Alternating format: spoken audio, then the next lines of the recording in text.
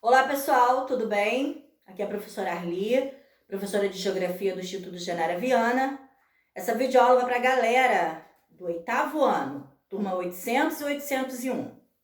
E aí, queridos, tudo bem? Desejo que todos estejam bem, se cuidando. Eu estou bem, graças a Deus. Saudade de vocês, tá? Quero aproveitar a oportunidade, parabenizar pelas notas. Continue do jeito que vocês estão caminhando, tá? Que tá dando certo. Não vamos deixar nada atrapalhar o nosso caminho, tá bom?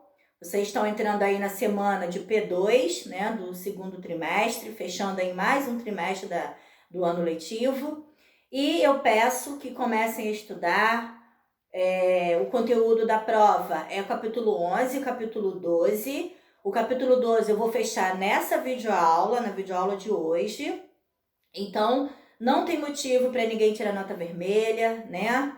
Então, faça com atenção, que eu estou gostando de ver, tá? Tendo dúvida, entre em contato comigo. Vocês já sabem o caminho, né? Eu estou aqui à disposição de vocês. Bom, fechando o conteúdo do capítulo 12, eu vou iniciar aí na página 34, onde tem o título Cone Sul, Gado e Soja, tá? Vamos ver um pouquinho o que fala sobre isso, né? Assim, pelo nome, dá a impressão que a gente está falando de coisa absurda, mas não, é bem facinho de entender, ok? Então vamos lá. Argentina, Brasil, Paraguai e Uruguai compõem um grupo de países, né, da região conhecida como Cone Sul. Esses países têm em comum, entre outros fatores, a forte atividade pecuária bovina e agricultura de grãos, como milho, trigo e soja, desenvolvidas em grandes propriedades de modo intensivo e com a produção voltada para o mercado externo. Já nas pequenas e médias propriedades em que prevalece o modo extensivo, a produção geralmente busca atender as demandas do mercado interno. Vocês podem ver aí, ó, na página 34, tem 2 gráficos, tá? O título é Participação Total de Países do Cone Sul, ou seja, Argentina, Brasil, Paraguai e Uruguai, nas exportações mundiais, no período aí de 2017, tá? Então, eles colocaram aí 2 produtos, né? A soja e a carne bovina. Então, vocês podem acompanhar esse desenvolvimento desses países de acordo aí com o gráfico da página 34, perdão. O cultivo de soja nos países do Cone Sul também é destaque internacional. Brasil representado aí pelo segundo maior produtor mundial, Argentina terceiro e Paraguai quarto. Vende quase metade de toda a soja comercializada no mundo. A soja brasileira ela é produzida principalmente na região centro-oeste do Brasil, né? Que vocês já aprenderam isso comigo. O quanto a região centro-oeste produz esse grão, né, dentro do nosso país. Então, a região centro-oeste, ela, dentro do Brasil, a região centro-oeste predomina aí a produção de soja. A agricultura de grãos utiliza-se da tecnologia que vão desde a correção de acidez no solo para o plantio, passando pelo uso de sementes, né, geneticamente modificada, as chamadas transgênicas, até a colheita feita em maquinários modernos e eficientes. A produção de soja vem aumentando a cada ano, trazendo grande volume de divisas para o Brasil. Mas preocupante para os ambientalistas, né, por causa da degradação do bioma de cerrado e de expansão da produção em área da floresta amazônica. Então, né, é uma atividade rendável, a gente está falando aí de um produto que vende-se muito bem. O Brasil, como aí o segundo maior produtor, né, mundial de soja, mas tem aí essa questão da devastação do meio ambiente, ok?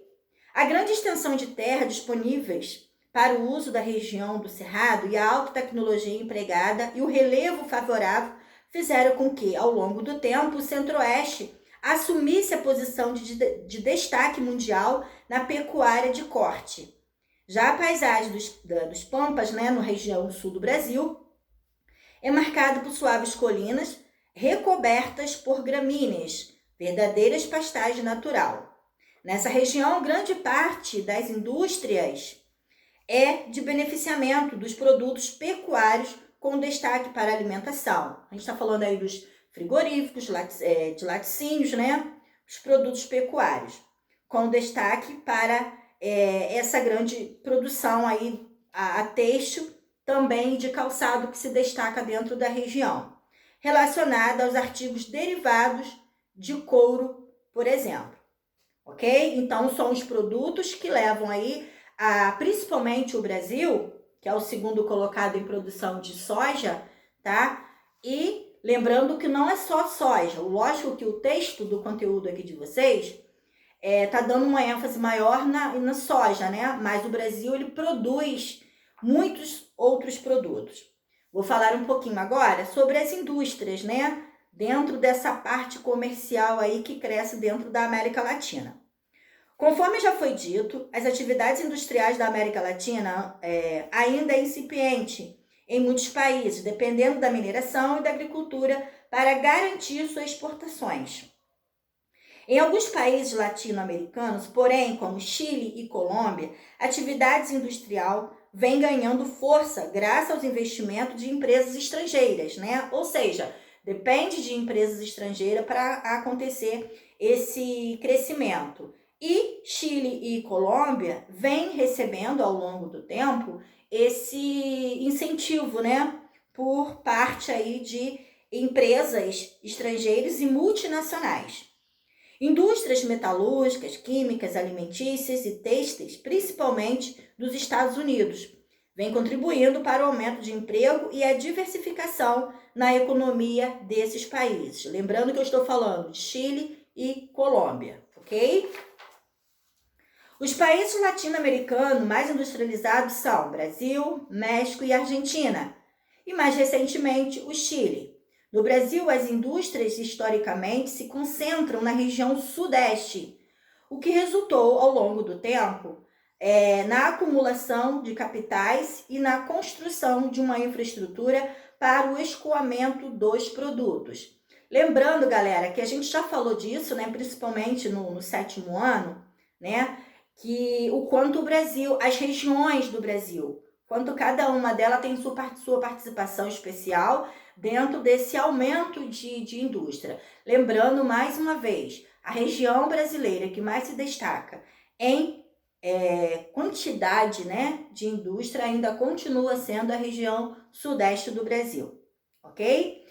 Até a década de 1920, o café era a principal atividade econômica brasileira, ocupando a área dos estados de São Paulo e do Rio de Janeiro.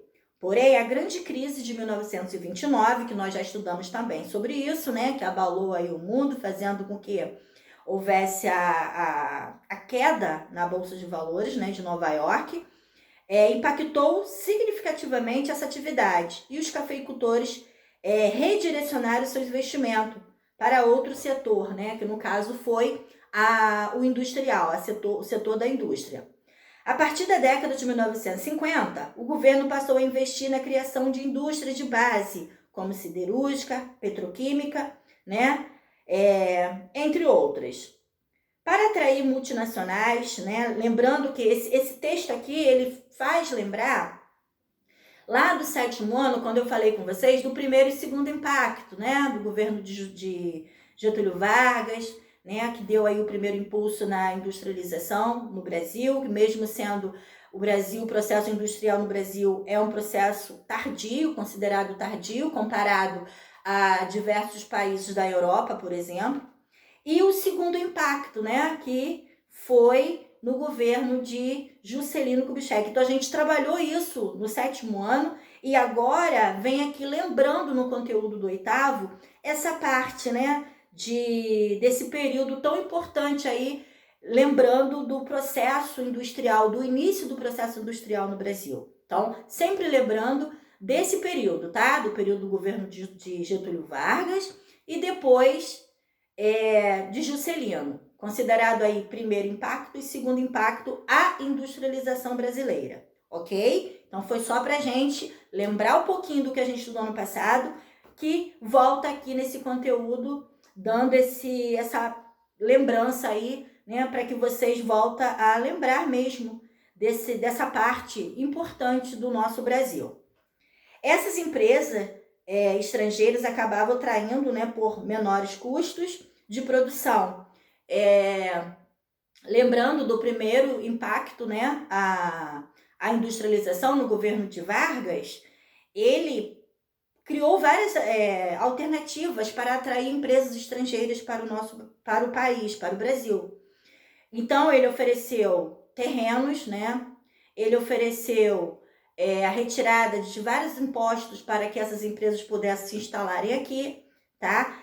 E no segundo impacto, no governo de Juscelino Kubitschek, ele faz a continuação dessas atividades, né? Atraindo cada vez mais essas indústrias multinacionais para o Brasil, ok? Então, por isso que vem falando aqui, ó, que essas empresas estrangeiras acabaram atraindo por menores custos de produção, sindicatos mais desorganizados e leis ambientais e trabalhistas menos rigorosas, na comparação com seus países de origem, tá? Então, houve-se o interesse dessas empresas, né, dessas indústrias virem para o Brasil, por causa principalmente dessas oportunidades que o governo brasileiro, na época, né, iniciando ali com Getúlio Vargas, colocou à disposição dessas empresas, ok? Então, foi aí um momento de lembrar o conteúdo que a gente trabalhou no ano passado. Apesar de possuir um grande número de multinacionais na área de tecnologia, o Brasil vem investindo aos poucos no próprio desenvolvimento tecnológico, né? Hoje, a região sudeste comporta alguns tecnopolos, né, que são centros de desenvolvimento tecnológico ligado a empresas e a universidade, como, por exemplo, de Campinas, São Carlos e São José dos Campos, no interior de São Paulo. São chamados de tecnopolos, né, ou polos, centros de desenvolvimento tecnológico, que o Brasil já consegue, né, ter aí a sua própria criação dentro de alguns setores. E vem crescendo cada vez mais, tá? Aí embaixo, ó, tem na página 37, tem imagem mostrando aí desses tecnopolos, tá? E eu vou falar um pouquinho agora como que funciona esse processo industrial no México, tá? No México, a industrialização obedeceu as mesmas etapas passadas por Argentina e Brasil.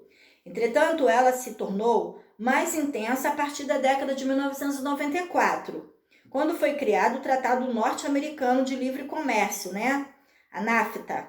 Nesse bloco econômico formado por México, Estados Unidos e Canadá, os países membros desfrutavam de uma redução ou eliminação de tarifas e barreiras não tarifárias. A partir de então, o governo estadunidense começou a investir nas instalações de indústrias maquiladoras em terrenos mexicanos. Com isso, a economia do México, segunda maior da América Latina, foi se tornando dependente dos investimentos dos Estados Unidos, o que intensificou as desigualdades entre os países. Investidores dos Estados Unidos sempre estiveram presentes em território mexicano, auxiliando na exploração dos recursos minerais e na instalação de indústrias, visando obter vantagens fiscais e altos lucros, né, com seus investimentos aí ao México. A eliminação das barreiras comerciais e financeiras trazida pela NAFTA pareceu, em um primeiro momento, promissora, com a criação do bloco Estados Unidos e Canadá. Conseguiram reduzir os custos de produção, instalando suas filiais no México. E, por sua vez, ganhou a geração de emprego em seus territórios, tá? E com a exportação de petróleo. Porém, a disparidade econômica entre os países membros do NAFTA gerou problemas, sobretudo para o México. Postos de trabalho com maiores salários e benefícios sociais foram reduzidos, enquanto aqueles de rendimentos mais baixos e menor proteção social aumentaram, por exemplo, o que ocorreu aí nas maquiladoras. Além disso, a agricultura mexicana sofreu uma queda nas exportações, principalmente de milho, algodão, tá? Em decorrência dos baixos preços praticados pelos Estados Unidos, cuja produção é mais barata em função dos auxílios dados pelo governo aos produtores. Ainda assim, em 2018, tá? Recente, né? O atual governo de Donald Trump julgou que os Estados Unidos estavam sendo prejudicados. Estava sendo prejudicado no comércio com o México e Canadá, que desenvolvem alguns produtos concorrentes aos seus. Desse modo, foi feita a proposta da formação de um novo bloco para substituir o NAFTA, né?